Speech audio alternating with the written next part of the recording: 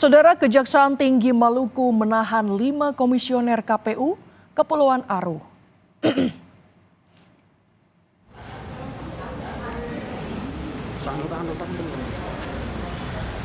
Kejaksaan Tinggi Maluku menahan 5 komisioner KPU Kepulauan Aru atas dugaan korupsi dana hibah Pilkada tahun 2020 terkait kekosongan di KPU Aru.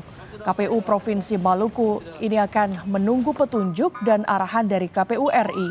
Setelah menerima surat resmi penahanan 5 komisioner KPU Kepulauan Aru Maluku atas dugaan korupsi dana hibah Pilkada tahun 2020 dari Kejaksaan, KPU Provinsi Maluku akan meneruskan surat ini ke KPU RI untuk menunggu petunjuk dan arahan terkait kekosongan yang terjadi di KPU Aru.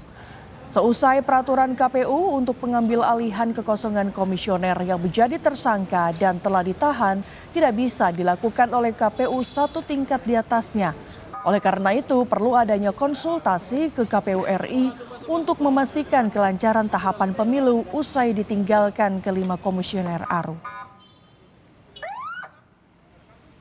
Memilih lagi calon yang daftar tunggu kemarin itu suatu hal yang sudah tidak mungkin dilaksanakan.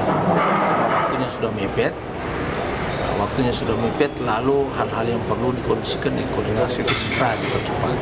Sehingga sudah barang tentu nanti kami seperti yang saya katakan bahwa akan tetap berkoordinasi dengan KPU untuk mengambil langkah selanjutnya. Sementara itu, Komisioner Bawaslu RI Loli Suhenti mengatakan pihaknya sudah menerima informasi penahanan 5 komisioner KPU Kepulauan Aru. Bawaslu meminta KPU RI dan KPU Maluku mengambil alih tugas komisioner KPU Kepulauan Aru untuk melaksanakan tahapan pemilu. Bawaslu berharap penangkapan 5 komisioner KPU Kepulauan Aru tidak mengganggu tahapan pemilu yang tengah berlangsung.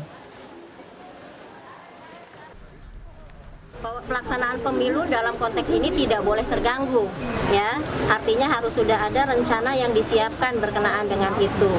Kan bisa saja kemudian diperintahkan jajaran lain untuk melakukan backup. Dalam konteks regulasi kita, maka kesekretariatan itu menjadi ada di depan untuk memastikan seluruh prosesnya tidak terbengkalai. RI itu punya tanggung jawab untuk memastikan kapan dia di take over, ya, kapan dia masih bisa berjalan sebagaimana mestinya.